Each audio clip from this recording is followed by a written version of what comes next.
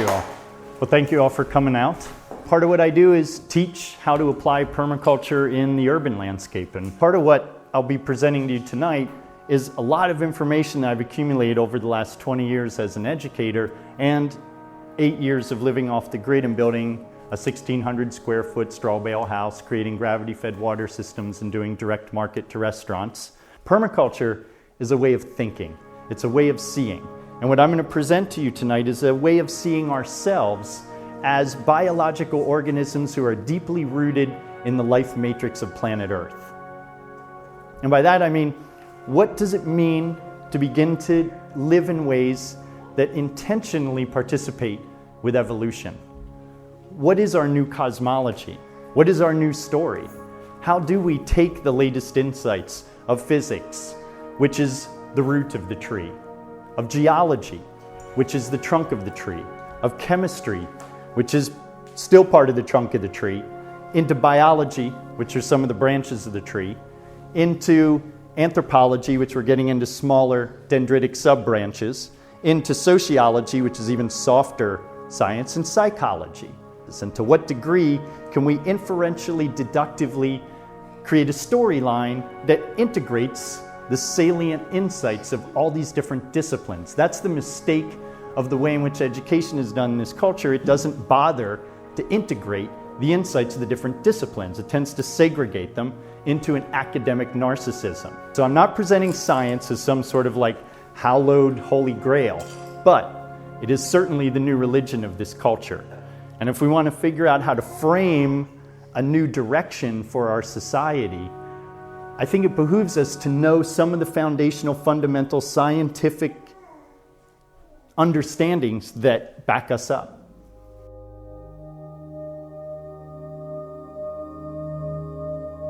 According to astrophysicists, the oldest stars and the age of our universe is about 14.5 billion years old. The galaxy is something that there are many of, as we know, in the universe, and we are in an outer arm of the Milky Way galaxy, which is one of many galaxies. I like to say we are spinning with the Earth, spiraling with the galaxy, and expanding with the universe. My point here is to say this is a very dynamic system. It is something that has been around for 14.5 billion years. So this is an ancient universe. We have a huge inheritance. I like to say that we are the biosphere, and how we behave now really determines the future. Everything on Earth that's larger than hydrogen and helium, if you looked at that table of elements and your eyes didn't blur over in your chemistry class, and you had to answer from a physics perspective, where did everything on the planet, according to modern physics, that's larger than hydrogen and helium, where did it come from? It had to come from the center of a star, because the only place where you get physics that cause elements to compress and form larger elements is in the solar nexus of a nuclear fusion furnace. And the only place that exists in the universe is in stars. And so that's why people have said before in songs from the late 60s that we are stardust, because that is actually exactly what modern physics is saying. And it becomes very important when we start to think in terms of what is our inheritance? What are we made up of? What sort of innate, inherent cosmic energy resides in the very fabric of our being? You hold wisdom that predates this planet itself, because everything in your physical body, everything on planet Earth that is larger than hydrogen and helium had to come from a center of a star in another solar system before this planet ever came into existence, according to modern physics. And what it took to make uranium-235 is a particularly huge star, like a neutron star or a quasar, which are the things that are at the edge of what we can see with the Hubble telescope. And remember, science's understanding of the world is limited by the technologies that it uses to understand the world. Therefore, we want to recognize what Marshall McLuhan said about technology, which is that a technology is useful insofar as we recognize its limitations. Let's recognize the limitations of language. Let's recognize the limitations of mathematics. Let's recognize that they are tools. They do not apprehend the fundamental nature of reality, but they're a good guess. right? They see a little pie slice, just like our senses see a little pie slice, right? Our eyes see Roy G. Biv, but we don't see ultraviolet, we don't see infrared, but bees see ultraviolet, snakes see infrared. So let's think about our physiology. Let's think about what's going on in this solar system. The Earth is about 92 million miles from the sun. The sun is the biggest act going on planet Earth. If you want to understand why the climate changes on the Earth, you need to understand the sun. The sun is what's driving the entire system. The sun is 90% of the mass of our solar system. All the rest of the mass that's settled into the planets out of that cloud of stellar dust from previous explosions of suns settled into the Terran planets, right? Mercury, Venus, Earth, Mars, and then we have the Jovian giants like Jupiter, Saturn, Neptune, Uranus, Pluto, right? That's only 10% of all the mass. 90% of the mass is in this nuclear furnace, which has increased in its intensity by 30% over its lifespan. The sun has gotten 30% hotter in the last 4.5 billion years.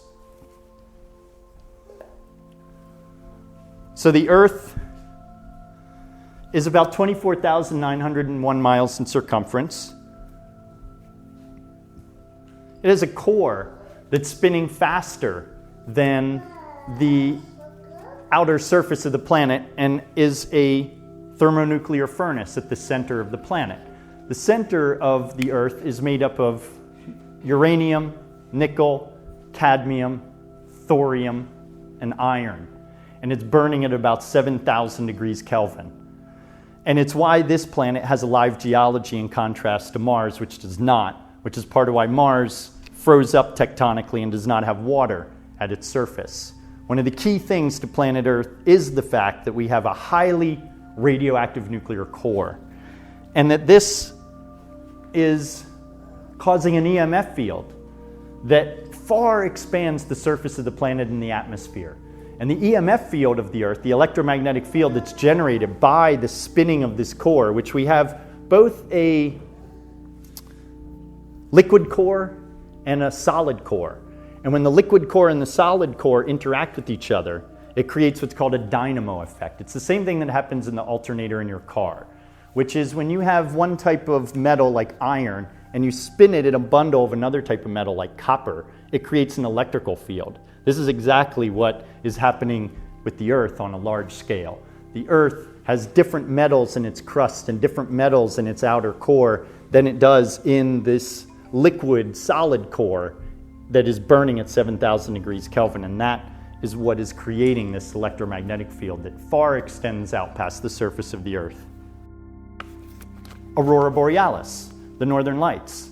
The northern lights are a result of this EMF field interacting with the solar plasma that's constantly pouring over the Earth, that if it weren't for the biosphere would be frying us. Because our experience of life on Earth really is something that is being provided by the way in which, and this is what scientists like James Lovelock, Lynn Margulis, and Dorian Sagan have been talking about, which is how does the Earth work as a meta-organism? If we think of the Earth as a biological entity, and we ask ourselves, how does it work? What is it doing? What these physicists and these biologists have been starting to refer to the Earth as is a superorganism that they call Gaia. And the Gaia theory is the idea that Earth is a self-regulating organism. And it has been used throughout physics to determine whether or not planets that we're seeing through the Hubble telescope are likely to be supporting life by looking at significant color signatures that have been picked out to show that, in fact, you can tell when there's life on a planet if you are seeing a particular wavelength of color. And this is part of what new biology and what Gaia is working on, is an understanding of how does this planet work as a meta-organism. And what Gaia theory is saying is that, in fact, what physics and what biology are discovering is that life has begotten the circumstances that benefit life. In other words, what life has been doing is making life good for life. And it's been doing that for 4.5 billion years, and it's been doing it very successfully.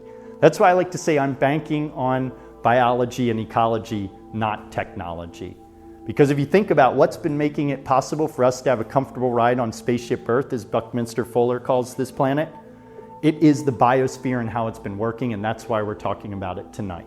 Because it's worth your while to understand this as a human being on this meta-organism so that we can understand how to live in ways that synthesize with the larger dynamics of the planet. So we can begin to nest our identity in that meta-level perspective of how does the Earth work? What does it mean if we start to say we are humans from Earth? We do live on a planet that has made it so that we aren't fried by the solar plasma of the sun and then frozen by the nihilistic freezing cold of outer space. Because what we have to remember is this is the only act that we know is working in terms of providing us with a comfortable ride in something that I would argue is a nihilistic universe. Meaning, I don't think it behooves us to imagine that there's any big brother or large creation entity who cares about humanity making it. It's up to us to figure out how to live in ways that are intelligent in terms of defining intelligence in terms of how does the Earth work and how did human beings come into existence? And a larger question that I'll be suggesting an answer to is, what do we owe our existence to? Because as a culture, we're basically bereft of any sense of a grounded identity. We're largely in an era that you could characterize as a postmodern ennui, where all values are kind of up for grabs, and there's really no sense of a bottom line. And what I'm going to suggest is, no, there actually is a bottom line. And the bottom line is living as an organism in a manner that makes sense for how the meta-organism works, because the meta-organism is the spaceship that's given us this comfy ride in outer space. So if we understand how Spaceship Earth works, we'll recognize that it's a very dynamic system, right? Just 500 million years ago, this is where the continents were. And so the continents have been changing. The planet has been shifting. It wasn't until the 1970s that plate tectonics was even something that was understood in geology. It wasn't until the 1930s that we even started to agree that there were such things as ice ages, right? So our understanding of this planet is something that's constantly developing, constantly evolving.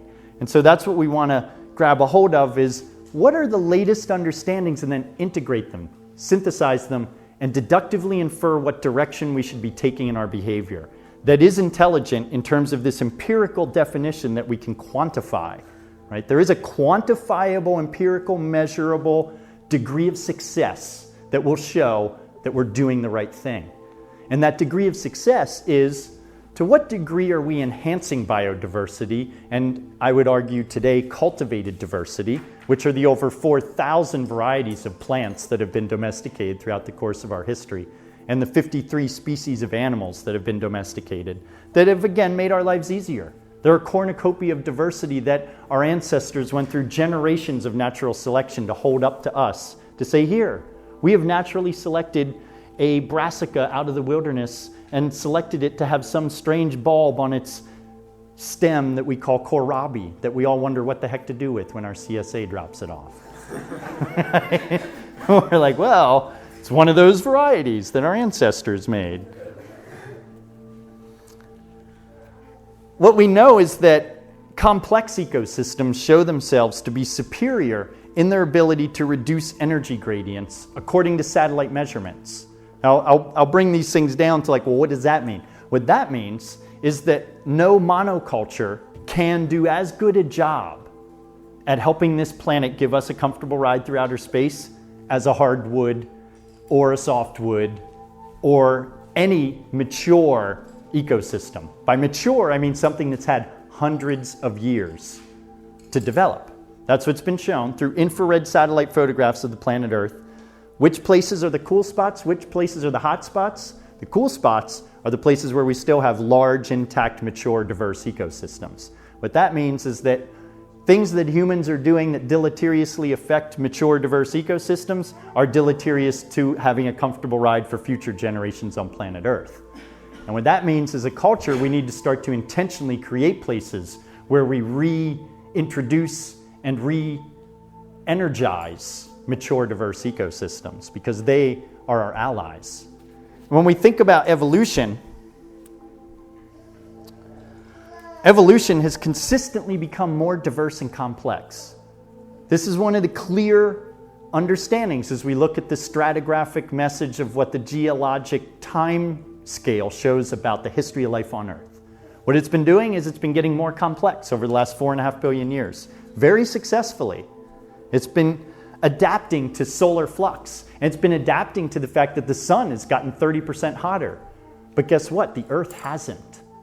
This is part of why Gaia theorists are saying what life is doing is life is begetting circumstances that benefit life. Because if life were not able to take this solar flux and literally disperse it, diffuse it, and transmute it into more of itself, that's what biology has been doing. Biology has been successfully taking this constant payload of nuclear energy from the sun and using it to proliferate itself. And where it really started to kick it into high gear was about 500 million years ago. But initially, what we want to understand is that it took billions of years of life living in the ocean before it ever was able to develop the basic building blocks that made it possible for the diversification and in particular for speciation to occur. Because bacteria does not have species. Bacteria changes its genetic structure as heat changes. Bacteria is not a species. Bacteria doesn't have prokaryotic or eukaryotic capacities, and it doesn't have sexual reproduction. And for about the first 2 billion years of life, all we see is bacteria. Speciation and adaptive radiation spread all over the planet. Bacteria started and dates back to about 3,500 million years ago, 3.5 billion years ago. The first protoctists developed about 2,000 million years ago, about 2 billion years ago. The first animals show up about 600 million years ago, and the first fungi show up about 450 million years ago.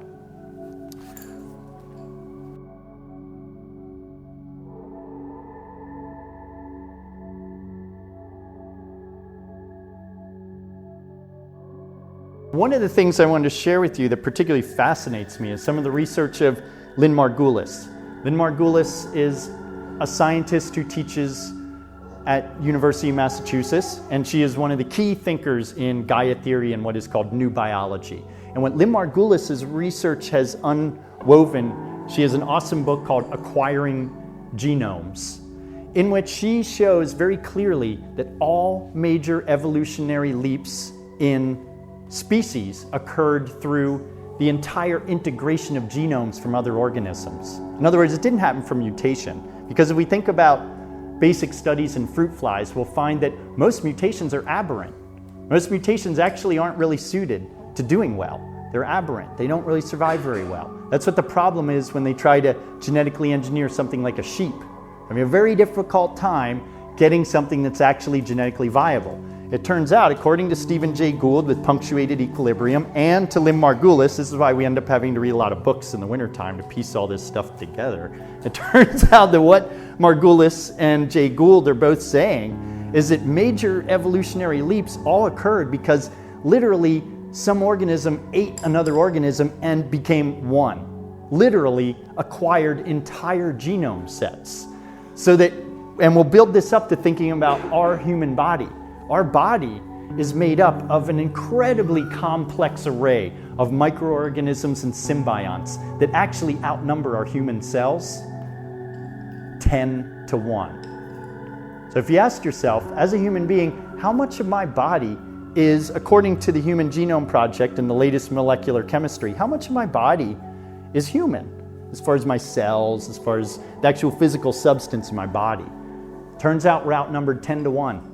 In our own domus, our own sacred temple, the body, 10 to 1. We've got 10 times more symbionts and microorganisms than we do human cells in our bodies. According to the Human Microbiome Project, we have over 205 genera, not different organisms, but 205 genera, which is an entire family of organisms, over 205 different ones just on our skin.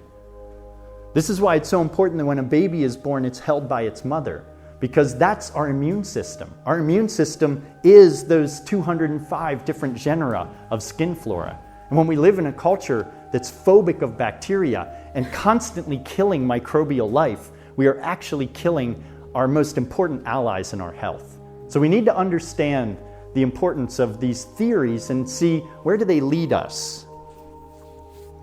This is about how much space is afforded in our classic geologic timescale for 4 billion years of existence on a planet that's only 4.5 billion years old, right? So basically what geology is saying is like, well, there was stuff happening in those first 4 billion years, but it was a lot of bacteria and stuff in the ocean. And then where we really start paying attention is 500 million years ago.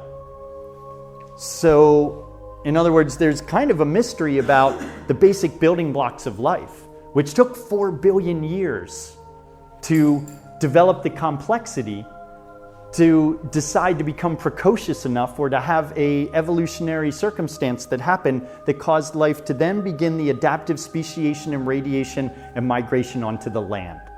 Now, why would life stay in the ocean for 4 billion years before ever coming onto the land? What is it about the ocean that's different than the land in terms of comfort? If you're on a planet that's traveling 65,000 miles per hour in outer space, spinning 1,000 miles per hour east at its equator, and the sun is coming up in the day and it's getting blasting hot, and then it's going down at night and it's getting really cold, what is it that's different about water than air in terms of its ability? It provides protection, and it provides protection because of its thermal mass. Thermal mass, I like to say, as a ectomorph, the more mass that you have to your ass, the better you resist getting cold or getting hot, right?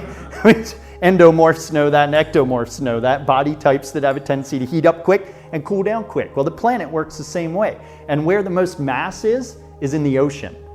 And water has an incredible amount of thermal mass. And what that does is it resists heating and it resists cooling. And so it's the womb of life. So as we understand more of our inheritance, we'll begin to understand that this was some of the cooler stuff that biology and bacteria came up with as it lived in the ocean, bioluminescence. So it was still just staying in the ocean and figuring this out, and like thermal mass. And what happens with thermal mass, to keep that thread going in our storyline, is that vegetation carries thermal mass onto the landscape. Because if you are in a forest and the sun goes down, it's going to get cold a lot later than if you are in the desert when the sun goes down. And the reason for that is the amount of moisture that's in the air. And what trees do and what vegetation does is they mimic what the ocean did for 4 billion years. They make life more comfortable for us because they do what I call moderate and mitigate the intensity of the vacillations of the flux and flow of life on Earth. They make it more comfortable for us. And so as we look at evolution, we see that the building blocks of life are the single-celled organisms and the bacteria, and that from them came everything else that we're familiar with. This is why I say that permaculture is not biocentric, it's anthropocentric. And the reason why I make that semantic distinction is to say that this is about saving our own butts. It's not about saving the polar bears and the whales. It's about recognizing that human beings are deleteriously affecting other human beings by their ill-informed behavior. And we need a new ethic. We need a common agreement about how to behave. And that common agreement needs to recognize that we could blow up the planet 11 times over with our nuclear arsenal. For some reason, that seemed like a number that the Department of Defense stopped at. I don't know why they didn't think 2 was enough. Like having enough bombs to blow up the whole planet twice over might have been enough. But no, they built enough to blow up the entire planet 11 times over. That's how crazy the megalomaniac military-industrial complex is. Right? So we have to know what we're dealing with, right? They own the media, they manipulate public opinion. That's why I say you have to turn off in order to turn on, in order to tune in. Because we are all being constantly programmed. We have to uncondition the conditioned mind, as it's talked about in Buddhism. And how do we uncondition the conditioned mind? By beginning to just sit and tap into that innate cellular wisdom that predates the planet itself. right? Recognize that. You literally, within the fabric of your being, have intelligence, have wisdom that we're not tuning into because we're constantly playing the media stimulation game. And we need to turn off in order to turn on, in order to tune in. And we need to recognize that even if we blow up this whole planet in a nuclear winter, guess what? It'll come back from the oceans. And in fact, this is what Margulis and Sagan and New Biology are also saying. Humanity doesn't really have the power that it thinks it has to destroy life on Earth. What humanity has the power to do is to destroy what we know as life on Earth, absolutely. And take it back to a point that we could say is morally and ethically reprehensible, without a doubt. But it's not to say that life cannot continue to exist on Earth. But it is to say that we only have, according to modern physics, about 5 billion more years to get it right, because our sun will then go red giant, and it will then create a coronosphere that'll fry all life on Earth in about another 5 billion years. So I think we've probably got enough time to figure this stuff out. About 65 million years ago is the die-off of the dinosaurs. And what happened with the die-off of the dinosaurs is that all around the planet, geologists found this material called iridium.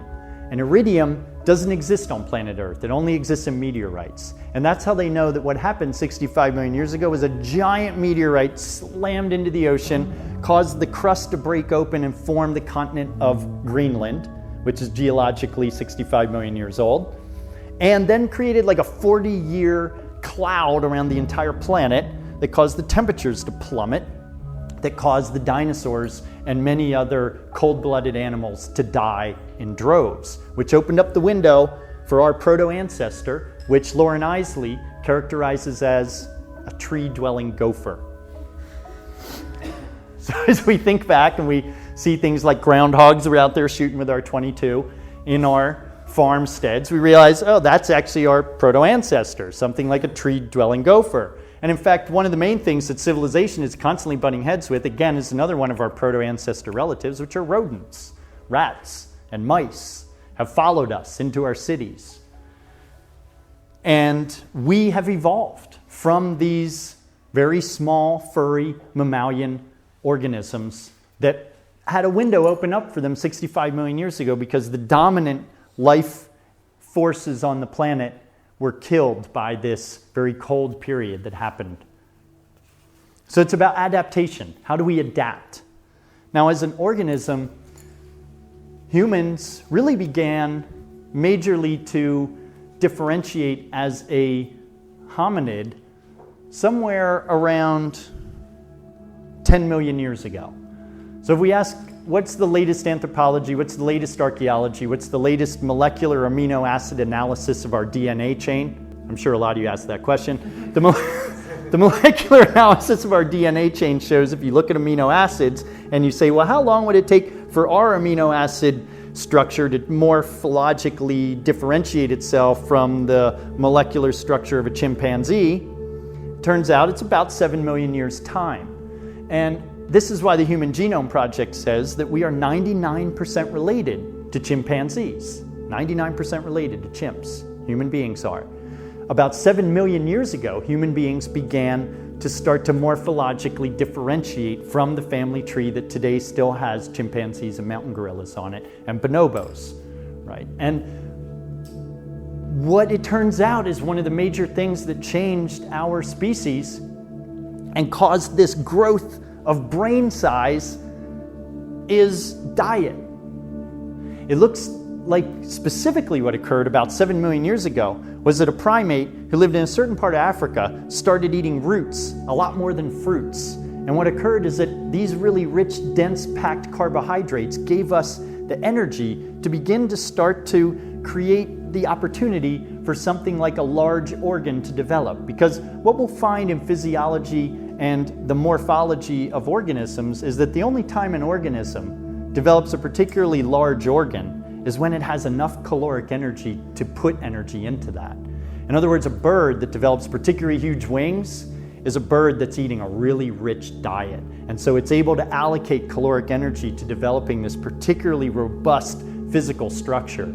It turns out in order for human beings to do something like have a really large brain, we had to have a really banging diet.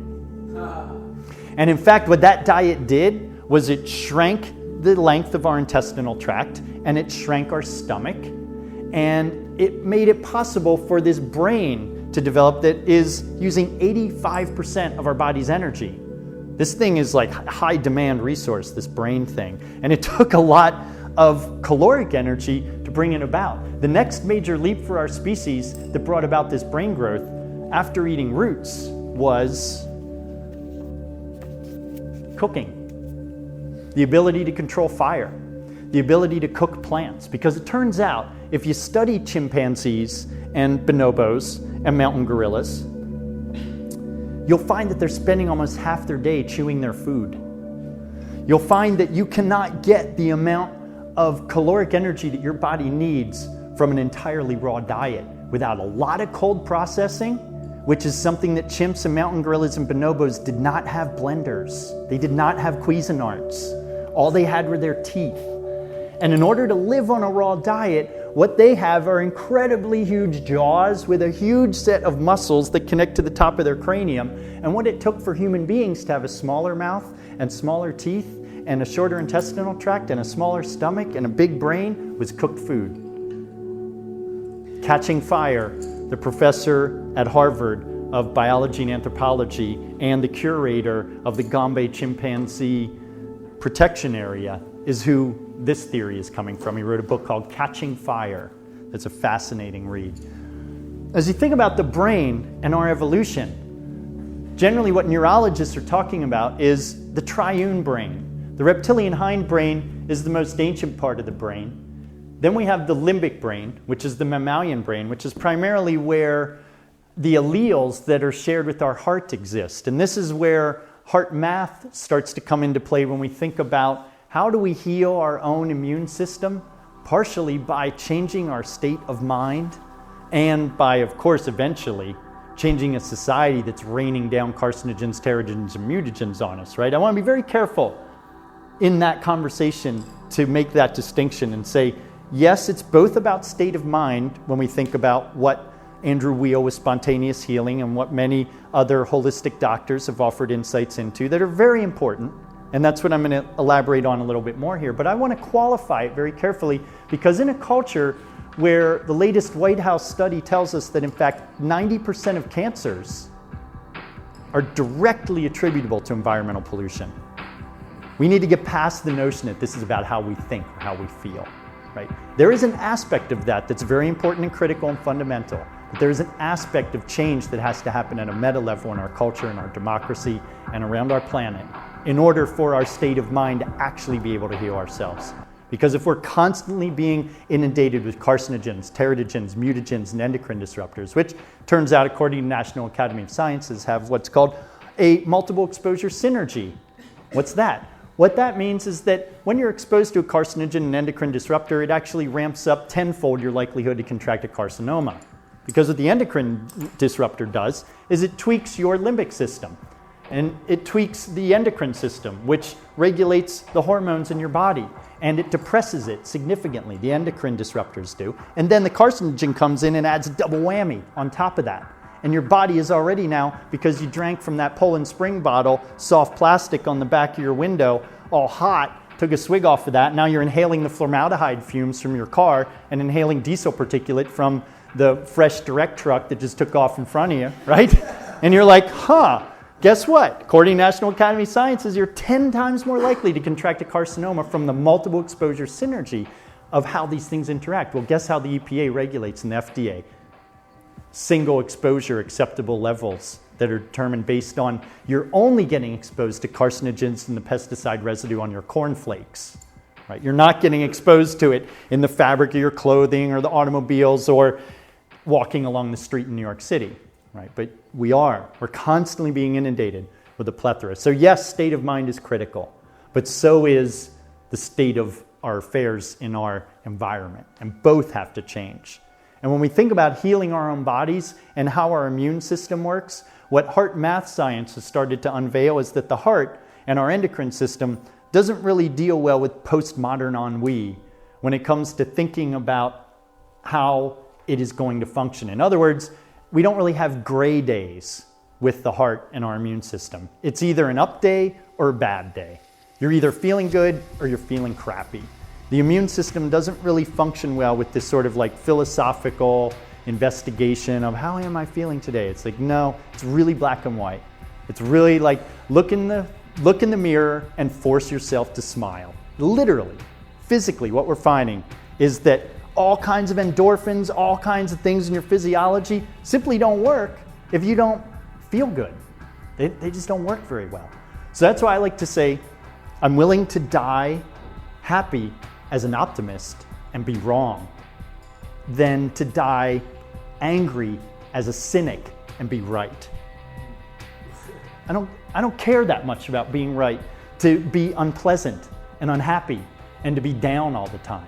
And in the Northeast, we have to constantly countervail the cynicism that's here as a cultural matrix of how to deal with a deluge of irrationality and insane behavior. We try to process with our sort of cynical, analytical minds, right? And we're like, well, how do we navigate through all this stuff? And a lot of times it's to be critical and cynical.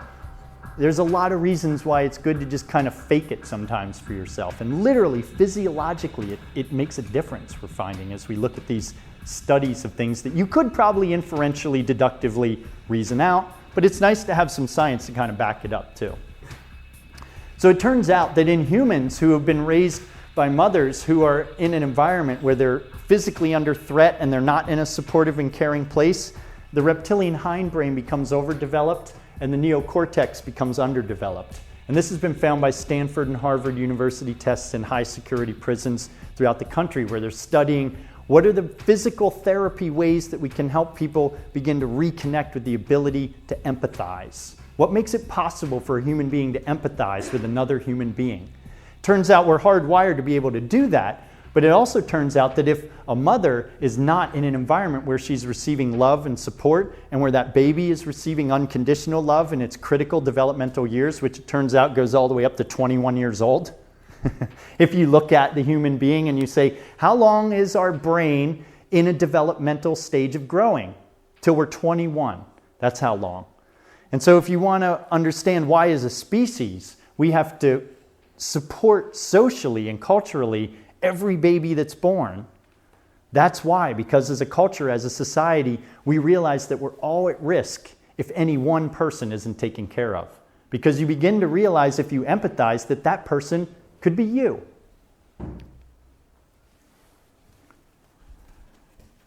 So by 250,000 years ago, Homo sapiens develops. And it turns out that those major morphological leaps from Homo habilis to Homo erectus were again directly related to diet and directly related to the ability to control fire.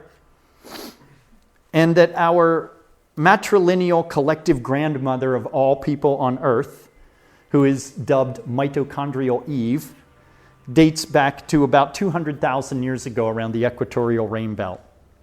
About 100,000 years ago is when Homo sapiens sapiens comes about. And Homo sapiens sapiens interacted, interbred, made love and made war with Neanderthal about 100,000 years ago. And by about 75,000 years ago, there was a big bottleneck that happened for our species that took us down to about a few thousand people altogether. And that was a giant explosion that occurred in Sumatra that is a caldera that today is about 65 miles across. And that explosion created another very long ice age and cold period that caused a massive die-off for our species and took us down to just a few thousand individuals.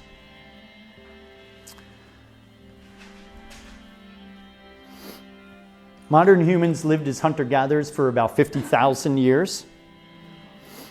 And then somewhere about 10,000 years ago, we start moving out and moving towards places like the Tigris-Euphrates River Valley and the major seats of civilization, and we began domesticating plants and animals. This is an image of our electromagnetic field that's generated by our heart.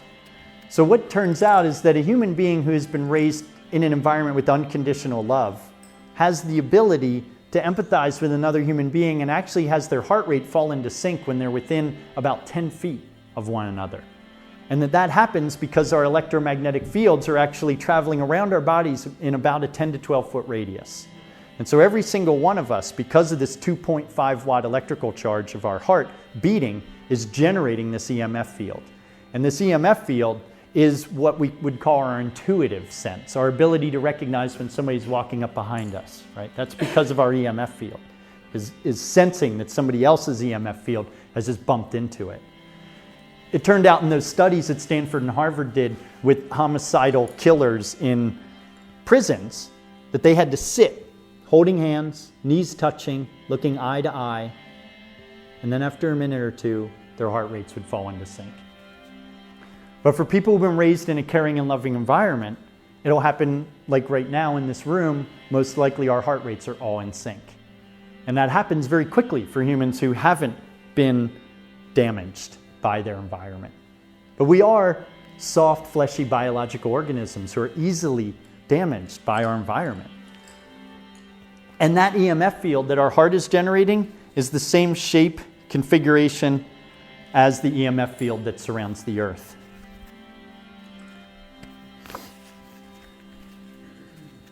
What we're interested in doing is creating a high quality of life for ourselves and maintaining a reasonably sized societies that self-regulate to work well with the carrying capacities of the places we call home. As we think about what are we trying to do with things like permaculture design, we're looking at how do we increase the carrying capacity of the places we call home? How do we make it possible for people to live well on the earth where they are? And how do we provide more of their material needs, goods and services within a closer proximity of where they are? And in that sense, cooperating with the long-term evolutionary processes of how the earth works.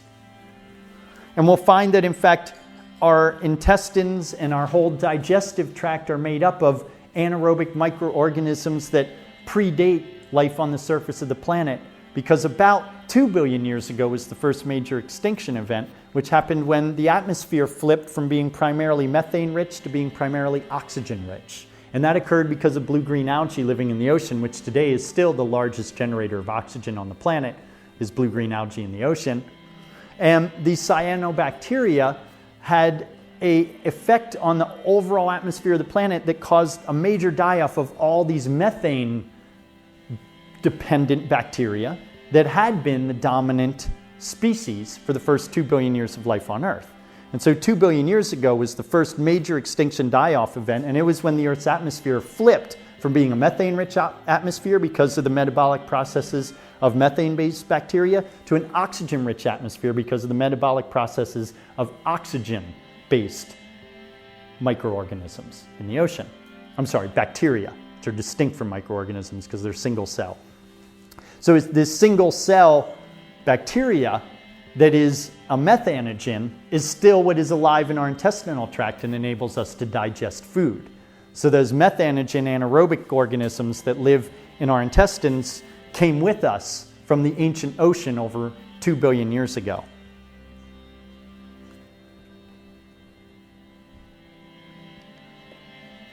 This is just a cross-section of how complex our intestines are. And really to understand more about that, I'm gonna return to that theme a little bit. So again, the Human Microbiome Project is looking at how many different things live on us, live in us. And we are literally outnumbered 10 to 1 with microorganisms and symbionts that we depend upon for the ability to walk. Because literally, if we took them out of our body, we would fall over dead and I couldn't be standing here talking to you. If I removed that 10 to 1 microbiology that I utterly and fundamentally depend upon. That's why we need to understand what is our inheritance? What is our biology? What does it mean to be a human on Earth? How do we function? The flow of energy through the system from source to sink. This is the kind of thing that permaculture is fascinated with. It's the idea that when sun hits the planet, what's happening to it? The source is when the solar flux hits the planet's surface. We as a biological organism on planet Earth want to ask ourselves, how can we do a better job of sequestering, accruing, and channeling solar income through more life and dispersing it and diffusing it? Because that's what it is that ultimately we get yields from and comfort from and a good experience on this planet. So the more that we sequester, accrue, and channel solar flux, the more that we ultimately are able to have a better quality of life with less inputs, because it's a wise way to make use of existing energy. It's energy that's just spilling over the planet's surface that causes things like urban heat island effect and worse air pollution in the city in the summertime. Because what's happening there is there's not enough biology, there's not enough physical structure in plants to take that solar flux and do something with it. And what permaculture design is saying, you're missing a yield. You're missing low-hanging fruit. You're missing free lunch. Your free lunch is saying, how about if we use vegetation, biology, and complex ecosystems to harvest, sequester, accrue, and channel as much solar income as possible? And how about if we use those 4,000 varieties of cultivated, domesticated plants to do that? And some of those 53 species of animals that have been domesticated and selectively bred to do that in our cities, every place where we live. We need to do a better job of channeling, sequestering, and accruing solar income and growing more life with it, because life begets the circumstances that benefit life. And what that means is the best way to heal a damaged ecosystem is to reconnect it to more of itself.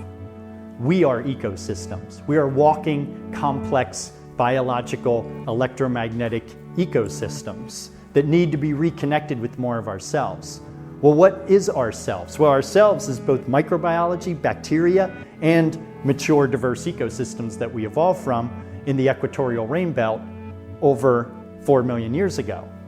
And what we know is that we either use it or we lose it when it comes to our physiology, which means things like running and climbing and physically using our bodies and being around trees and being around diverse, mature ecosystems are actually essential for human health and well-being.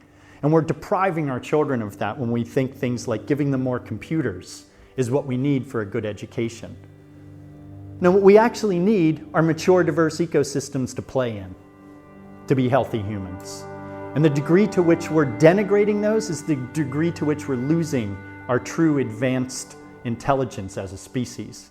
I would argue we're not advanced, because what we're doing is we're debilitating the air that we breathe, the water that we drink, the health of what it is that we ingest, and the overall genetic integrity of the people of the planet.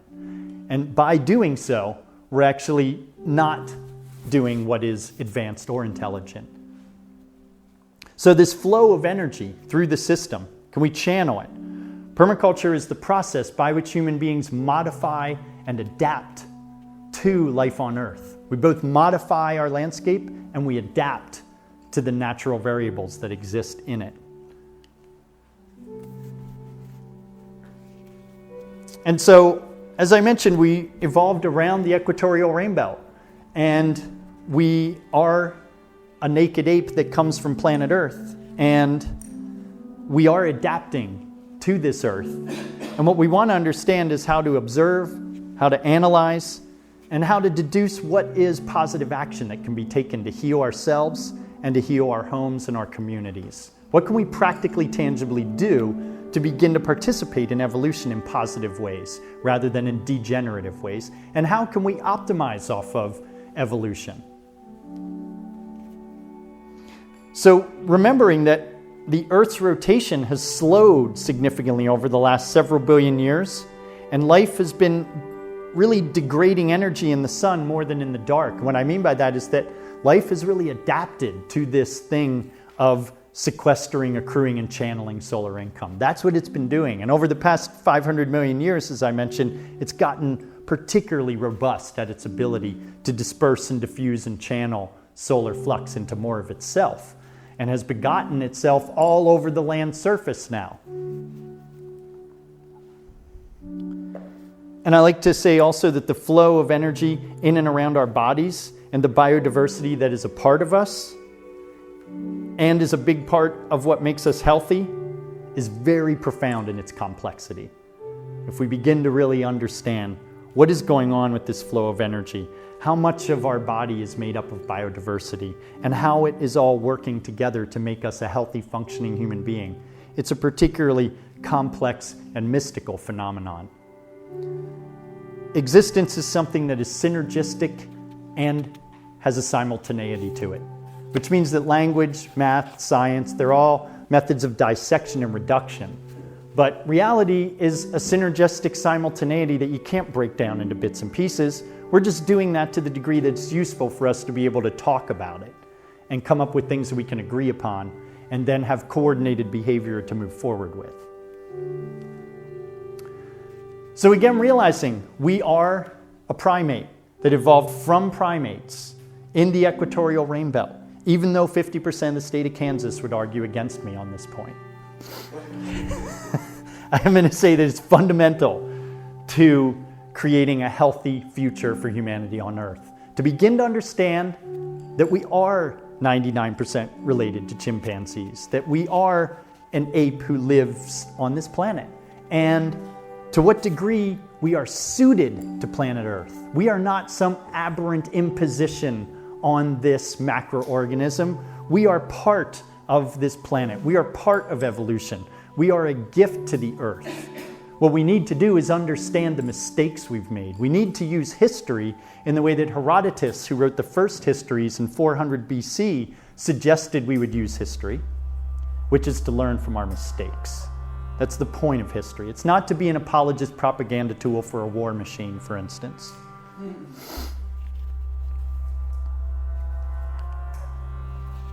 These are the landscapes that we evolved in. We didn't evolve in high-rise buildings, for instance, I want to suggest.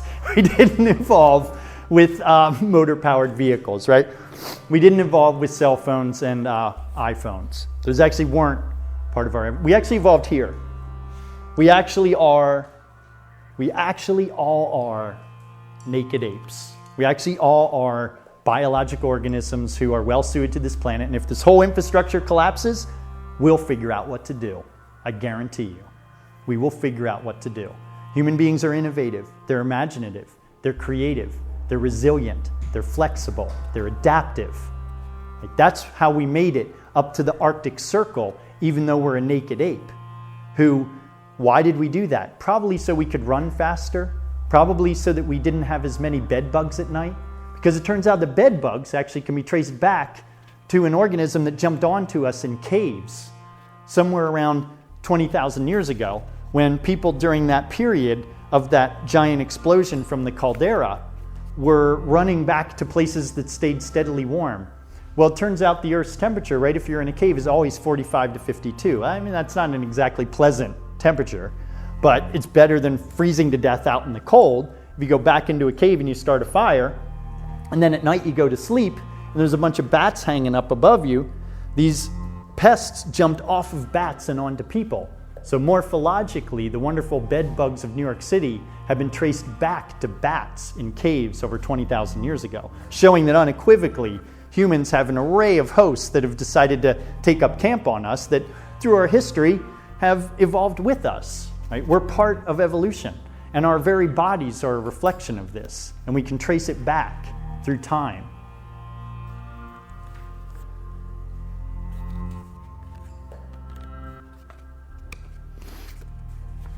Recognizing again the bipedalism, the use of tools, the use of our hands, our mobility.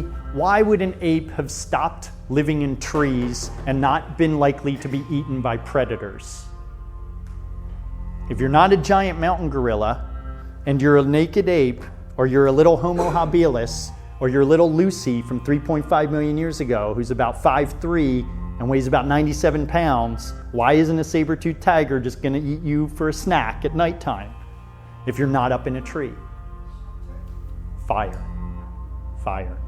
So fundamentally, the ability to create a fire was the first and most important step that separated humanity from all life on Earth, and it still, I would argue, is our largest distinguishing characteristic, is the fact that we know how to control fire. There's absolutely no other animal on the Earth that knows how to make a fire, or knows how to take a fire with it.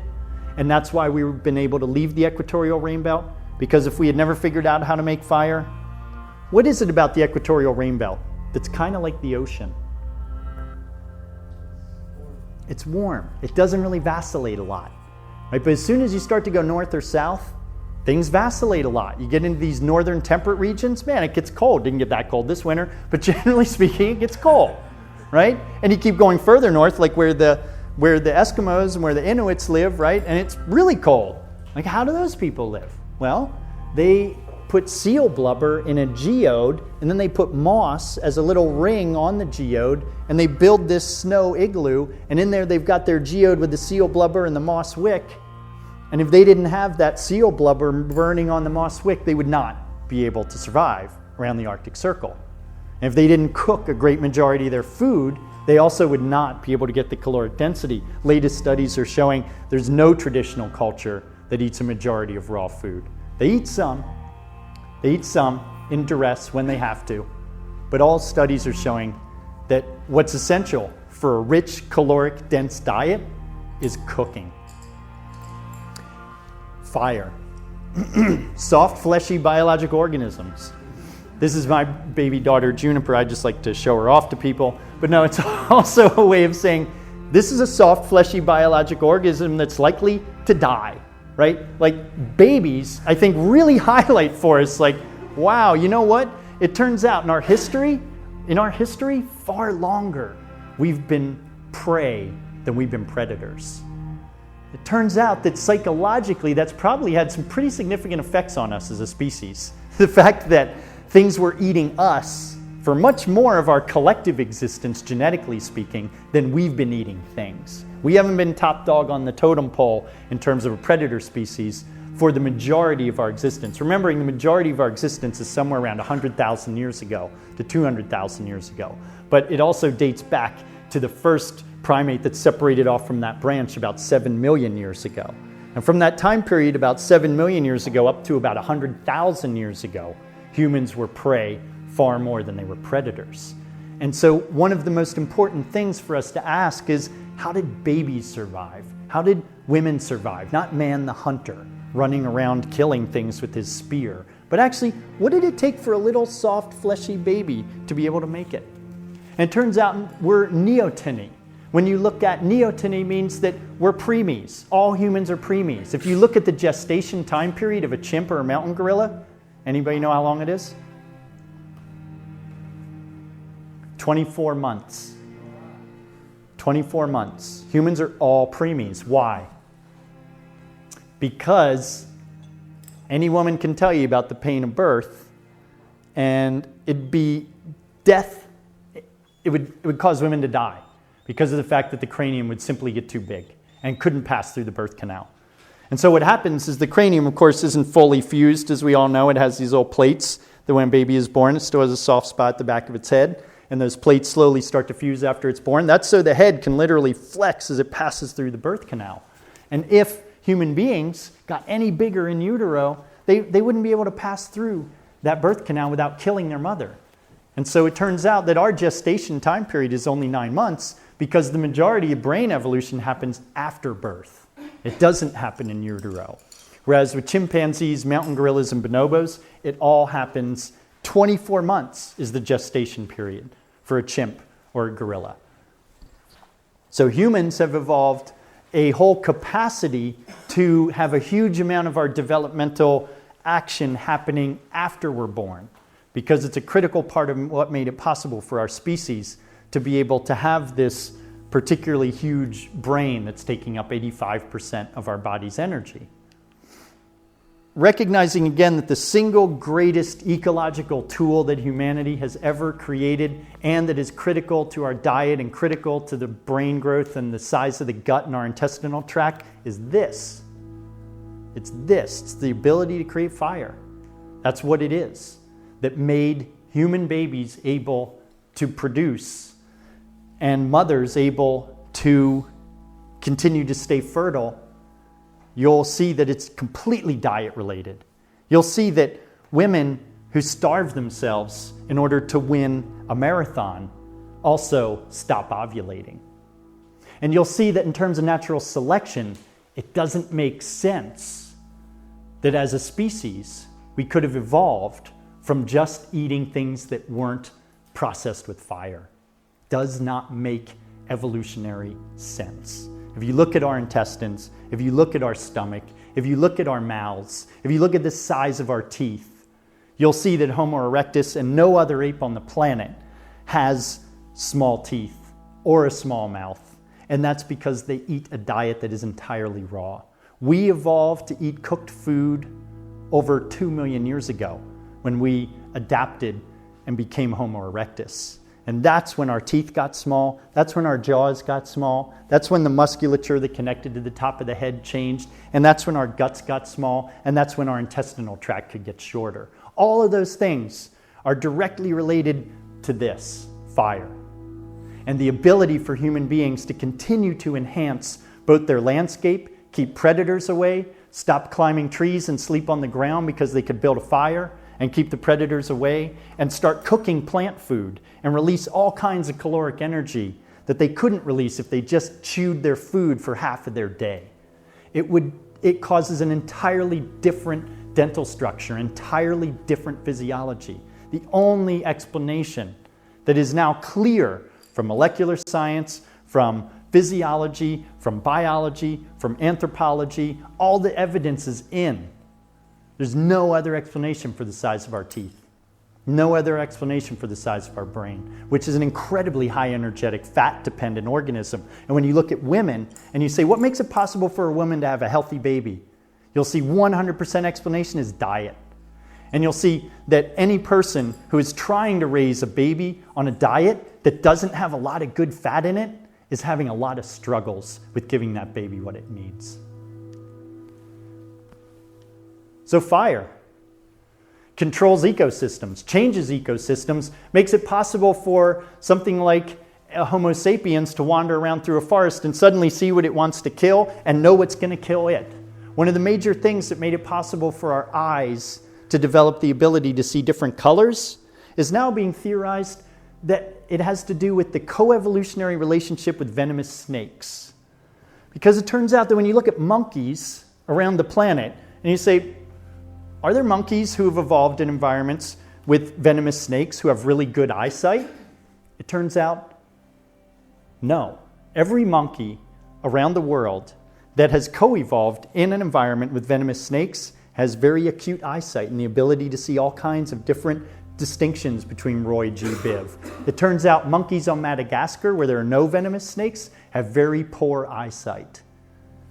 It's turning out that as an organism, we're seeing that we have really been shaped by our environment. So fundamentally, our physiology has been about adaptation to the planet and the ability to respond to things like dying for millions of years or not dying.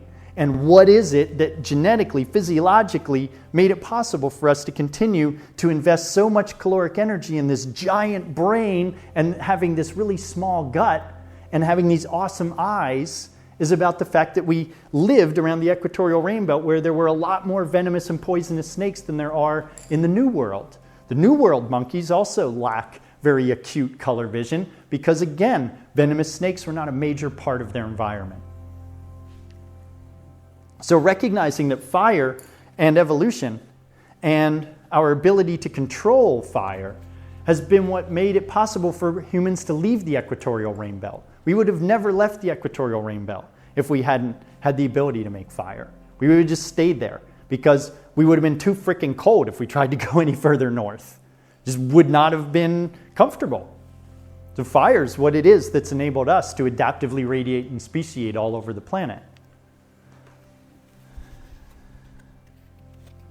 And as we think about primarily for the bulk of human history, what did our ancestors do to communicate?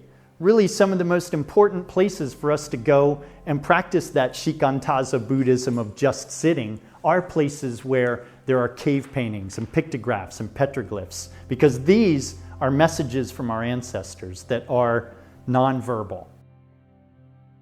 These are important. These are fundamental to our collective identity, and they're very significant, and we have a tendency as a culture to just be fascinated with the written word in the past 10,000 years. And we've lost touch with the fact that actually we've evolved out of bacteria that existed over 4 billion years ago in the ocean. which then evolved into microorganisms, which then evolved into plants, which then evolved into animals, which then evolved into things like rodents, which then evolved and morphologically turned into primates, which then evolved and turned into us, right? We evolved on this planet. We are part of this planet. We are well suited to planet Earth. And what permaculture design is about adapting and modifying our behavior to pay attention to what our story is. What is our collective identity? For the bulk of from about 10,000 years ago up to about 5,000 years ago, this is the most widely dispersed, most commonly found archaeological artifact, what is called Venus of Willendorf. And it is definitely clear that for a very long time, humans worshipped maternity and the ability for women to give birth. Right? That was something that we clearly understood early on was actually very cosmic, very mystical, and fundamental. We seem to have lost sight with that. We're now in a very diseased, damaged, disconnected from our matriarchal and our matrilineal connections, and fully obsessed with the head and the patrilineal patriarchal picture. Right? Rian Eisler and the chalice and the blade. And look into, there's a whole set of archaeology evidence about this. Again, realizing this is a major message of our ancestors that's here for us to experience and to learn from, and to simply sit with and let soak into our cultural matrix.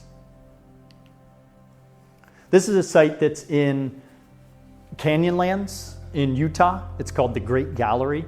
And I just like to recommend, if anybody gets out to the Southwest, that this is a pictographic site that is considered the high form of a style that's called Fremont. I was very fascinated with pictographs and petroglyphs, and I've spent a lot of time in the Southwest visiting them. The Great Gallery is an incredible site, and I've been there several times. And this is what's called the Holy Ghost, and this figure is over 12 feet tall by about 4 feet wide.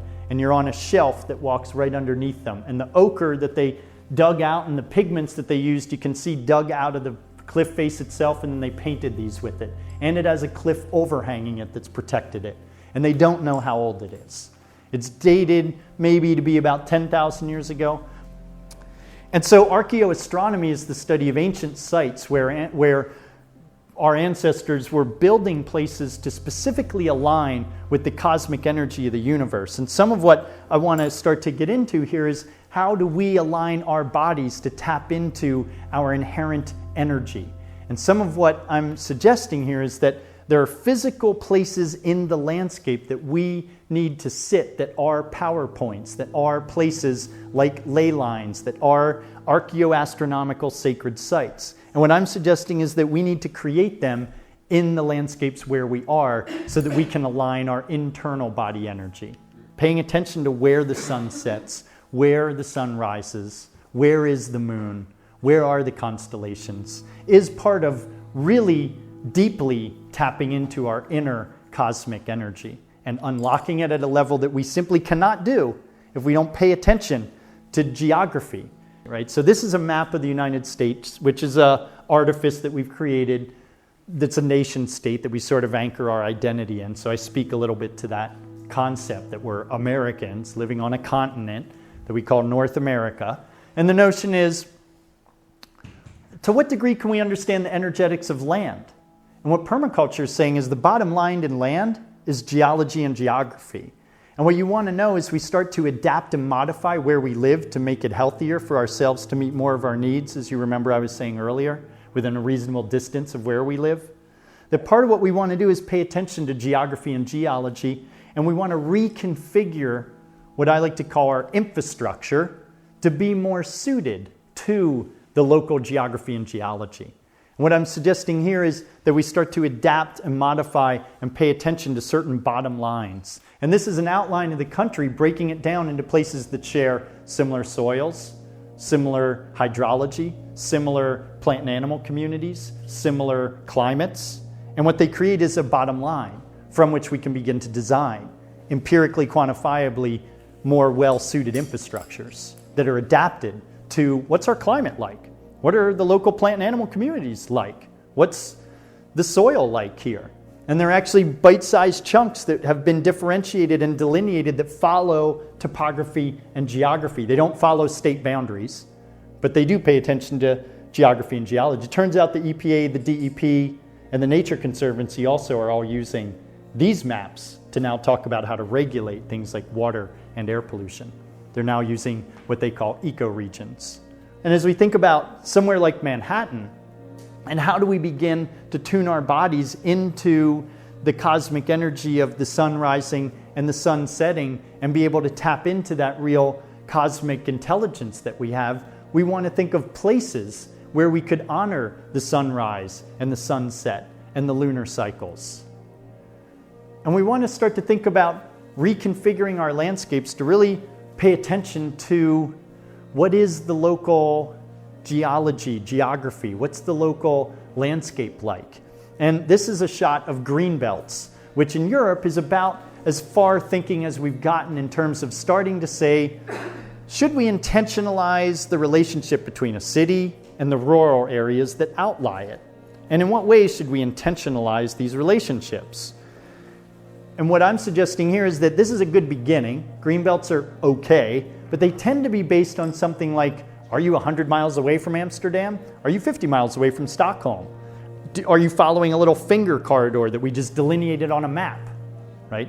It's not paying attention to topography. It's not paying attention to geography. And if you saw a landscape where you gave tax incentives for land use patterns to occur that were more ecological and they ended at a 100-mile line away from New York City, you would see a very artificial and contrived transition that made no geographic sense whatsoever, where you would suddenly cross a line and the type of land use pattern, the type of farming, and the type of forestry that was going on would change completely. And it wouldn't make any sense in terms of ridges and drops and stream valleys and watersheds at all. It would just say, oh, what's a 100-mile food shed for New York City? Well, a 100-mile food shed, that makes no rational sense, because what we actually want to work with is what is. And what is actually defined by geology, topography, and geography. It's not defined just by distance. Right? How you define what's local is not just whether it's 100 miles away. It has to do with, was it grown in a way that made sense? Was it energy that was generated in a way that made sense? Was it building material that was grown in a way that made sense for that bioregion? Did they farm in a manner that made sense for the North Atlantic coast, right?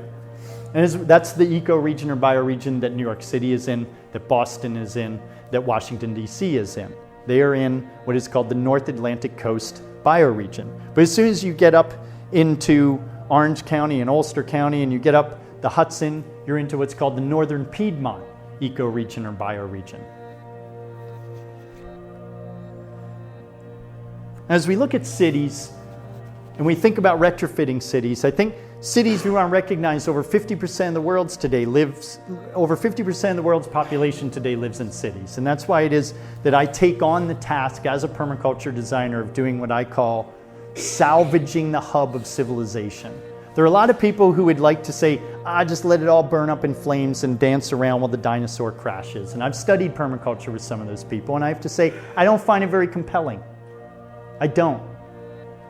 Because what I think is compelling is for us to be willing to take on the real work, as Gary Snyder defines it, the Dharma work of healing the mistakes we've made and taking responsibility for future generations on this planet. And what that means is addressing health and well-being in urban landscapes and taking on that nugget. And what I'm pursuing and what I'm teaching and actively involved in is what I call salvaging the hub of civilization. What is the hub of civilization? It's the fundamental hinge pin of what we depend upon, which is agriculture and energy. And how are those things being done? How are we providing ourselves with the energy we need, and how are we feeding ourselves? And as a culture, we've allocated feeding ourselves to less than 1% of the population, people like Archer Daniels Midland. And if we want to have corporate solutions to feeding ourselves, let's keep letting them grow food for us, and we'll continue to see genetically engineered, mechanized, chemicalized solution sets, because that's what corporate food is all about. But if we want to reclaim our integrity, reclaim our health, reclaim our autonomy, that's about being producers, not just consumers. That's about being the people who make the new economy happen.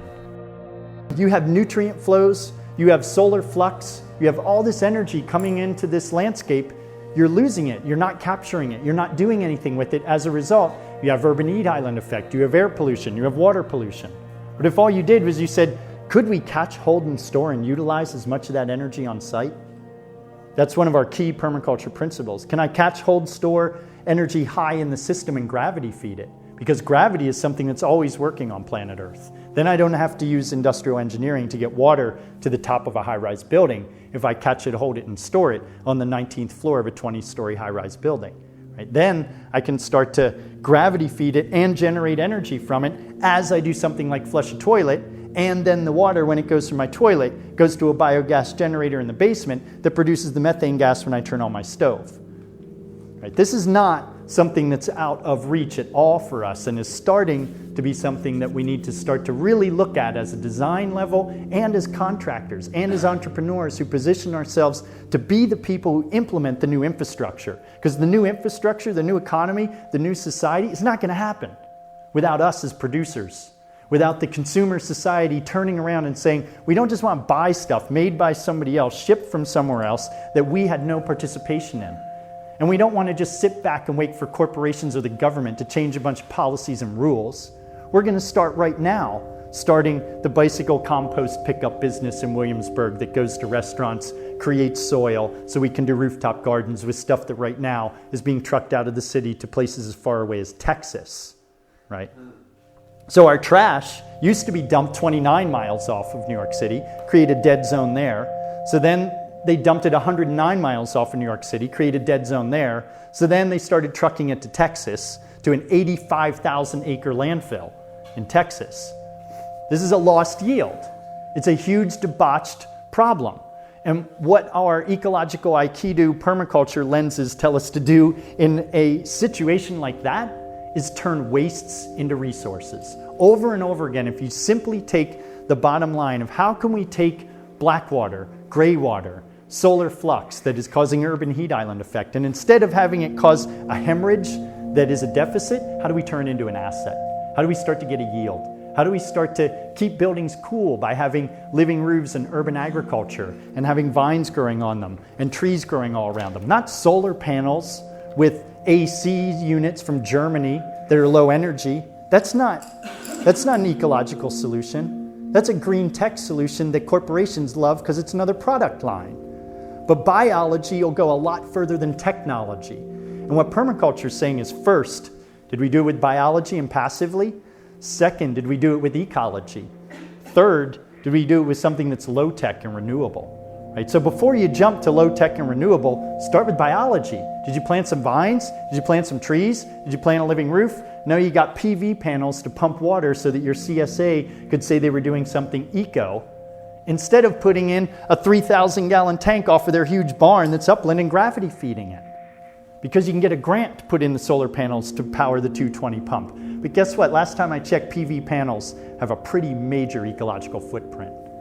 Right? They're very toxic, tons of hazardous byproducts. And what we want to ask before we purchase anything like that is, do I really need it? Is it the best solution? Or could I do the same service with biology rather than technology before I start supporting a market that inherently creates hazardous byproducts that very well will be toxic after I'm dead and gone? Right? So you buy a Prius, turns out for every 1 ton of manufactured car, you're looking at 13 tons of hazardous waste. 13 tons of hazardous waste for every 1 ton of automobile. So I ask you, how ecological is that? We're talking about huge hazardous waste deficits when what do we really need? High-speed rail in the Northeastern Corridor. Right? What do we really need? To bring back in railroads that have been abandoned and turned away from being something that connects our towns to each other more intelligently. Because rail inherently is 10 times a better solution set than something like substitution, where you're just sticking biodiesel into a bunch of tractor trailer trucks, cutting down old growth forests in the tropical area and planting a bunch of date palms so you can have 10% ethanol at your pumps. Right? That's not a good solution set, and that's the problem with substitution. And that's the problem with carbon being your only solution set as well.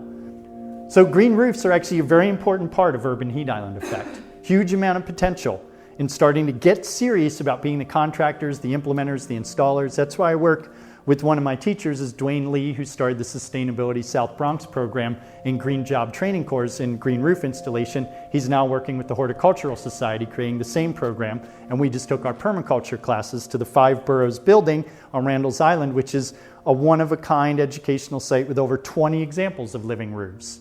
Because I think living roofs are a very important part of how we biologically retrofit urban landscapes to be more enjoyable for soft, fleshy biological organisms to live in them.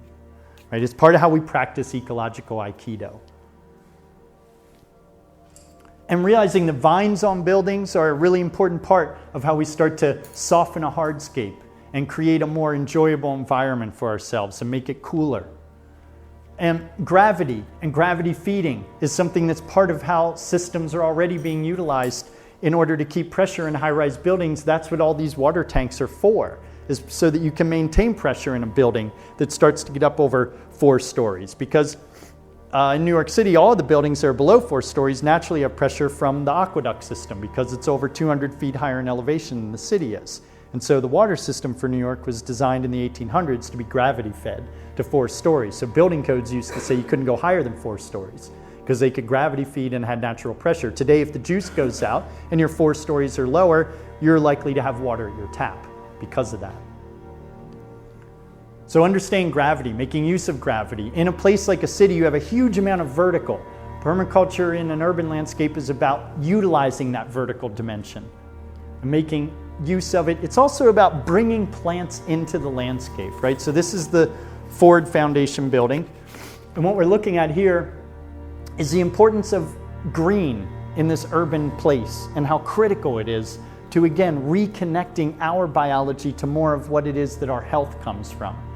Remembering that the best way to heal a damaged ecosystem is to reconnect it to more of itself. So the most important thing we need to do in our cityscapes is bring more biology into our buildings and into our lives as an ally to heal the air. And it turns out there's actually a lot of science behind this, like which exact plants are the best. We also want to think about privacy and native plants, and vegetation is something that can be used to create an inner space that's kind of an inner sanctum, in a place where people are constantly being stimulated and inundated with sound and inputs. Part of what we need on our rooftop gardens is solace and comfort. And what we're doing with things like edge plantings is creating wind breaks, creating sound breaks, creating, in effect, that dispersal and diffusal of detrimental energy and that focusing of positive optimal energy by using vegetation and container gardening to create a comfortable inner space. In our cities, we want to think about opportunities for retrofitting.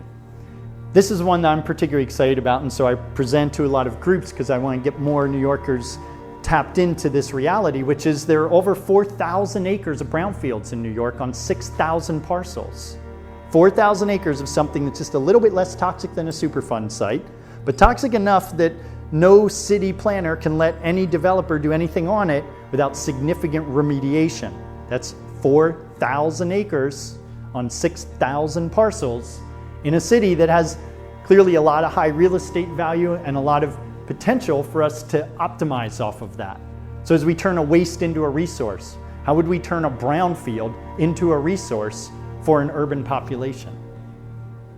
Well, it turns out the Trust for Public Lands has done a lot of research on this, who also is somebody who we need to be thankful for having saved many of the community gardens in New York City, along with Bette Midler and New York Restoration Project. If it weren't for the two of them stepping in as entities in the late 90s, Giuliani would have axed them all on the auction block. But it was because of Trust for Public Lands coming in and leveraging millions of dollars of funds to buy up that real estate and then put it under land trusts. Land trusts are a commie pinko plot that takes real estate out of the capital added value market and devalues it permanently. That's actually something that's very subversive. And as people who are interested in creating a more collective culture, a healthier future, where future generations have access to land and access to resources, we want to think about land value And we want to think about protecting our projects and our gardens with legal statuses where they can't have the rug pulled out from under us because some developer can run in and put down dollars and take your land from you. And land trusts did this research then, that was sort of an aside, but the Trust for Public Land did this research into the brownfields. And it turns out over 60% of them sit within 500 feet of a major waterway. And what I'm suggesting here is that we should create green strips around the city on the brownfields that are biodiverse native species parks for us to go walk and just enjoy being in a green place, in a place that doesn't have enough green. It's not about growing nut trees or fruit trees, that's not the goal, because right plant, right place, right? We want to make sure that we plant things that aren't going to cause a toxic exposure event for people in a brownfield. But there is a lot of opportunity to take places like this that are undervalued, devalued because of previous bad actors and poor behavior not being held accountable. And now the public has to pick up the tab for corporate impropriety in our public sphere, which is what the denigration of our land is, right?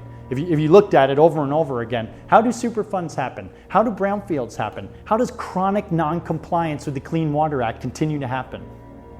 37% of rivers and streams are considered unfishable and unswimmable according to the EPA in the United States, and over 50% of lakes and ponds, right, are considered unfishable and unswimmable.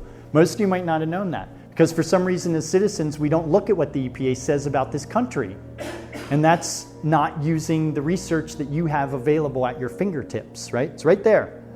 But I can't tell you how many audiences I talk to about what's going on with air quality, what's going on with water quality, who don't know how to research it themselves. Part of what permaculture designers are translator organisms. We take obfuscated databases and we translate them into something that you can understand and access and utilize to mitigate your own personal exposure, to moderate what's happening with something that you're not able to quantify. And so what we're doing is we're quantifying it and allocating it, but simply put, what we're doing is we're looking at DEP, we're looking at Department of Energy, we're looking at EPA databases, and then we're bringing that down to your home, and where is the nearest Superfund site? Where is the nearest hazardous waste incinerator? Where is the nearest brownfield? That very well may be why your child has leukemia, why your child has immunodeficiency-related diseases, why you're suffering from toxic sensitivity syndrome, right? Because of something that is empirically quantifiably knowable. But for some reason as a culture, we're not research hounds looking into these things. And we all need to be using our intelligence to get the data that's relevant to us. So it's partially about using our minds to be better critical analytical thinkers, being more skeptical. As we think about how can we heal these damaged, debauched corporate pollution legacies, I should say corporate government collusion pollution legacies in our landscape, right? This is a great example of a bioremediation floating walkway that John Todd was funded to do in China in a very polluted waterway that people were just dumping sewage and other types of pollution into. And what John Todd did was created a floating walkway that he planted a ton of wetland plants in who are able to digest all of the nutrients of those black water and that gray water to the point to where people can now swim in this and eat fish out of it. And that was all done by the microbiology at the root zone of the plants. So as you think about who's doing the work here, it's not the plants. It's the microbes that live at the root zone of the plants. It turns out that these living systems are able to selectively adapt to their nutrient loads. So they become better at cleaning the pollution that they're receiving because natural selection happens really fast in the microbiological world, right? Meaning that lots of generations go through living and dying in a very short amount of time. This is why pesticides, when you first apply them, they kill 99% of the insect. The second time, they kill 50%. What? They only 50% kill rate the second time? Yeah, because what happens is you morphologically selected for the insects that are resistant to your insecticide. Same thing's happening with constantly lacing animals with antibiotics, right? That's why we have antibiotic-resistant strains of avian influenza that caused people to have to kill over 20 million chickens and landfill them in China, right? Because when you constantly introduce a pollutant or a toxin into a natural system, guess what the natural system does? It adapts, responds, and is able to permutate far faster than your insecticide, your fungicide, your herbicide. So, this chemical arsenal is probably somewhat of a backlash reaction to those bed bugs that jumped up on us in the cave. We're probably a little bit squeamish about all this biology, which is kind of understandable. But now we're hopefully maybe the pendulum hopefully is swinging back now. And we're going to start to get a little bit more comfortable with the fact that microbiology is actually part of our health, part of our well-being. And it turns out that this is an example of microbiology working for us. And in fact, if you look at something like an intentional wetland wastewater treatment system or a living machine, which are biological organisms that can digest things like black water and gray water, instead of sending them to an industrial sewage treatment plant that just throws a bunch of chlorine and fluoride into it and then dumps it out into the waterway, supposedly with a low enough bacteria count in it, right? That's a chemical way in which right now we deal with sewage. Remember, pre-1972, there were no sewage treatment plants in the United States. In fact, rivers were catching on fire before we said, maybe we need some environmental laws in this country. Rivers were catching on fire until 1972, which means we're talking about from like 1945, post-World War II, that we're looking at really when it ramped up and things got totally nuts in terms of the chemical, nuclear, corporate, government collusion arsenal being a debauchery that was just dumped all over the American landscape, right? Remember I said earlier, 900 atomic bombs is how many have been tested in the United States, according to Department of Defense. 900, right? So our comfort level with just dumping toxic waste on the American people. Remember 1945 to 1972, that was when we said, maybe we need an EPA. Maybe after rivers are catching on fire and we're finding strontium-90 in babies' teeth all over the country, which is what it took to stop nuclear testing, which was actually something that ChemAg started knocking on the government's door and saying, you know what? We're finding really scary levels of strontium-90 in wheat, and we're thinking the American people might figure this out.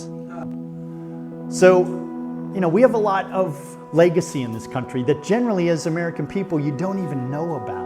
Right? Which is kind of crazy that we could grow up in a society that is so comfortable with this chemical, corporate, government collusion, and as a population, we don't understand that actually our own genetic integrity, our own air quality, our own health, our own level of suffering is directly a result of this insanity. It's not something that we're just genetically prone to contract cancer. No, it's totally bogus. And that mythology is what they've been riding on the backs of for a while. So we have to recognize that actually natural selection, when we utilize it, has way more bang for the buck than when you're using industrial chemical solution sets to solve a problem. So if you say, oh, if I take pollution and I put it into a living system, what happens? Well, it turns out, if the living system can stay alive with your pollution, it adapts and modifies and becomes better at eating it and digesting it or sequestering it. What happens when you dump pollution into a filter on a hazardous waste smokestack? Which it turns out that there's over 110 hazardous waste incinerators in the United States. Which I don't know about you, but scientifically it doesn't make sense to take a solid or a liquid and turn it into a gas if it's toxic. Because it's like, well, okay, it's a solid, it's a liquid, and it's toxic. Should we figure out what to do with it in a solid or liquid form? No, let's burn it. Let's just burn it. In fact, you know what the government wants to do now? They're building so many chemical weapons that they want to build a chemical weapons incinerator.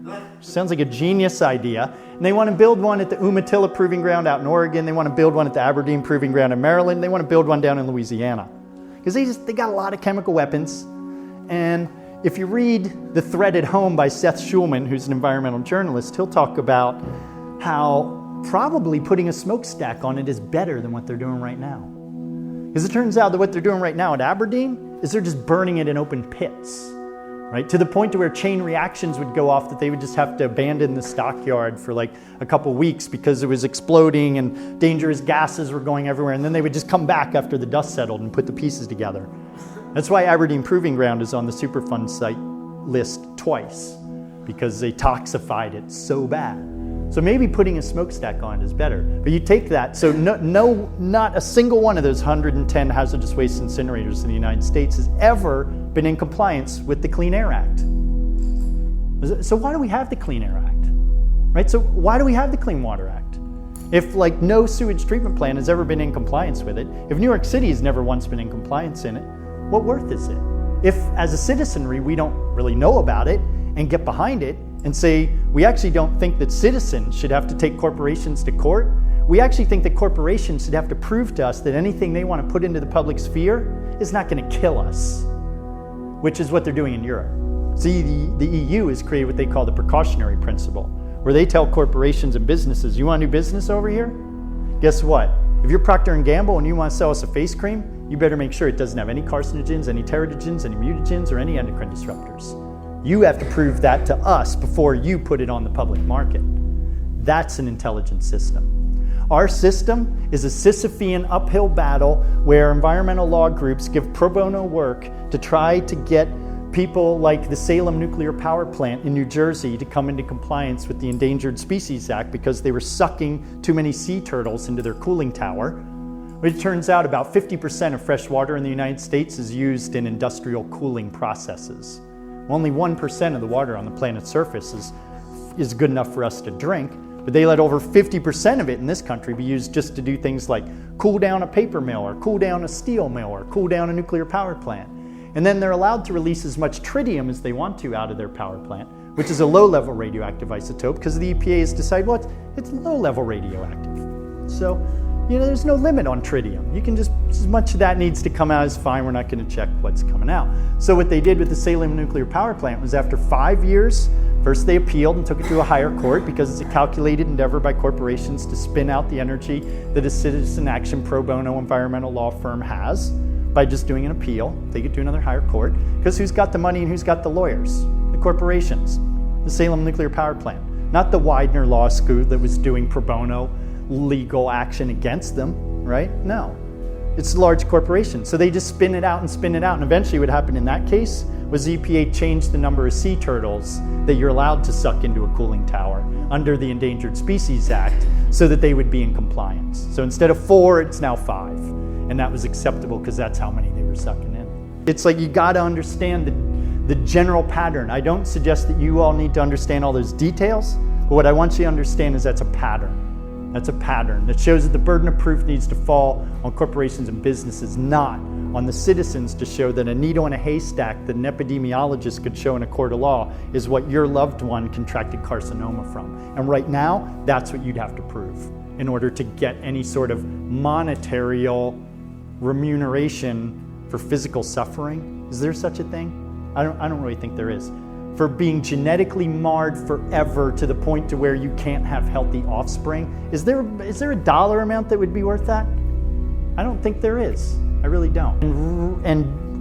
This is looking at NASA studies that look at plants that can heal us and bringing them back into our landscapes so that we can start to just at a small level in the city say, let's bring in a daisy. It turns out that this is fantastic at removing benzene and other cancer-causing chemicals. It also can absorb carbon dioxide and gives off oxygen at night. Right? It turns out that plants actually are something that we can't really afford to live without. And which plant in particular actually does make a difference, right? NASA did these studies because NASA was sending people up into space in these super toxic, hermetically sealed boxes, which is what I call the passive house. Passive house is a super toxic, hermetically sealed box that pays no attention to being modified, adapted, and designed in a way that makes sense for the local climate, the local geology, the local geography. That's a new type of architecture that's bioregionally suited, not an architecture that's just planted by somebody who wants to sell you products in a package, right? So these shuttles were so toxic that they were sending the astronauts up in that they were all getting sick, like really sick. Just like these buildings they had to tear down in Los Angeles because everybody was getting sick because of toxic building syndrome. Because they were off-gassing so much formaldehyde and so many toxic fumes, that it turned out retrofitting it was going to be too much trouble, so they just tore it down and rebuilt it.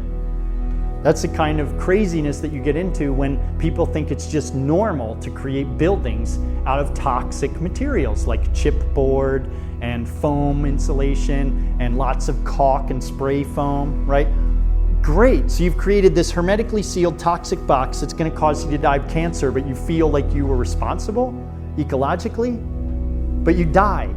So I think you kind of lost that game in that shuffle of cards, right? It's really not a good choice. So you need to be careful with the green tech thing. It's probably better in some ways to have a drafty house and just put on some clothes. I mean, it's crazy what people think they need, right? Remember, we evolved around the equatorial rain belt. We are suited to planet Earth. It's actually good for our bodies to physically adapt and respond to our landscapes. And it's good to have buildings that physically adapt and respond to the landscape and say, which direction's south? Which direction is that nuclear furnace that's 90% of the solar system rising and setting from? And every building should pay attention to that. Every single building that's built in the Northern Hemisphere should be paying attention to the sun. It's the single biggest stack on planet Earth. And as long as we have an architecture that just pays attention to the street, that's it. Just about the street. There's nothing to do with the fact that the sun rises and sets every day and makes a huge difference in terms of whether you're comfortable, in terms of whether you're happy in the wintertime or suffering from seasonal depression syndrome, right? Has everything to do with paying attention to where does the sun rise and set and how tuned in are our bodies to the cosmic cycles of astronomy on planet Earth. And realizing that plants are huge allies for our health, for our state of mind, and they actually do physical cleaning of the air. So bringing in edibles, bringing in more vegetation, bringing in things in container gardening that we can actually consume are also a very important part of how we begin to retrofit this landscape, how we begin to heal it and connect ourselves with our biology and our botany. Recognizing that cities, we really want to use the vertical. These are espaliered peach and pear trees that are in a community garden. As a way to preserve your inner space, make use of that thermal mass of the wall and cool the building significantly and get an increased fruit yield. This is what I mean by permaculture is about adapting and modifying the landscape and practicing ecological Aikido, where we're looking at where is the sun, where is this building, and what plant could I put against it that's both going to give me a yield, make use of that microclimate, and help keep the building cooler. Right? Vines on buildings. Very important part of how we soften the hardscape. Recognizing that it's something that makes both privacy screens and it's what I call a biofiltration exoskeleton. What I mean here is that your nose, your lungs, your sinus system, as I can feel at this point in the season, are already overtaxed by the pollution load in the city. A biofiltration exoskeleton, what I mean by that is those vines, those trees, that vegetation helps to filter a lot of those pollutants and those particulates from the diesel fumes that are just idling outside of your house or your business. It captures a lot of that and stops how much work your sinuses and your lungs have to be doing. You know, cities are places where people gather that need to be designed in a way that makes sense for large populations and large groups. And they're places where people want to experience conviviality. They want to be together. They want to eat good food, have a good experience with other human beings. And looking at infrastructural adaptations that make sense for urban landscapes and how do we turn waste into resources definitely includes biogas. This is the Newtown Creek Sewage Treatment Plant, which is using biogas to generate all of its energy. It is energy self-sufficient. And as I mentioned, this is a very important technology when we look at how is Berlin, how is Stockholm becoming more energy self-sufficient. If you go to Sweden, biogas is 25% cheaper at the pump than gasoline is because they're subsidizing it. And that's how we could be cooking and getting rid of this whole hydrofracking debacle, is simply to say, how about if we use sewage to generate methane to cook with and to power generators? How about if we use passive solar to heat water? How about if we use active solar to generate lighting and power music and electronics? How about if we have rooftop greenhouses that extend our season, enable us to eat greens all year round? How about if we have vertical forests and high-rise buildings that make our buildings more beautiful and functional as ecosystems? How about if we bring plants into our interior living spaces that are particularly good at cleaning up air pollution? And how about if we live in a way that makes sense for the fact that we're in the North Atlantic coast ecoregion, and we design an infrastructure of food, fuel, fiber, medicine, and building materials that's adapted to the North Atlantic coast ecoregion. And then we develop an economy of food, fuel, fiber, medicine, and building materials that's adapted to the lower New England, northern Piedmont ecoregion. And then we develop an infrastructure of food, fuel, fiber, shelter, and building materials that make sense for the high Allegheny Plateau. What I'm suggesting here is not that they'll be economically self-sufficient, but that we'll start to create 1%, 3%, 5% of the fuel, fiber, building materials, medicine that ecoregion needs. And that there's no substitute for old-growth forests or mature ecosystems. And then we need to create contiguous riparian buffer corridors for wildlife to come into places that are right now highly urbanized, concretized, and fragmented. And then part of how we create the city in a way that makes us want to be in it and takes back the commons is by vegetating it. These are places that people interact with each other, and it addresses what Jane Jacobs talks about as one of the fundamental problems in our cities, which is not having enough eyes on the street, not having enough people who know each other so they don't want to do harm to people because they don't know them. Part of how we start to experience empathy is simply by interacting. And when we have trees and steps that we want to hang out on, we suddenly start to know our neighbors and get to have more of a sense of a neighborhood. But when it's stark-architecture with no vegetation, it's not human-friendly and it's not conducive to community building. Living machines, this is one on the waste facility as you're coming into Vermont from New Hampshire. This is a sewage treatment plant that is processing black water and gray water with an array of vegetation and leaving absolutely no nutrient load when it passes out of the building, and then can be used to fertilize trees. We need to bring in these inner plantings to clean up the air in our subway tunnels. We need vegetation in here. Because we have 24/7 fluorescent lighting, there's no reason it can't be full spectrum and starting to grow some of that Tricania, Janet Craig, Boston fern, these plants that we know can clean up formaldehyde, benzene, dibenzofurans.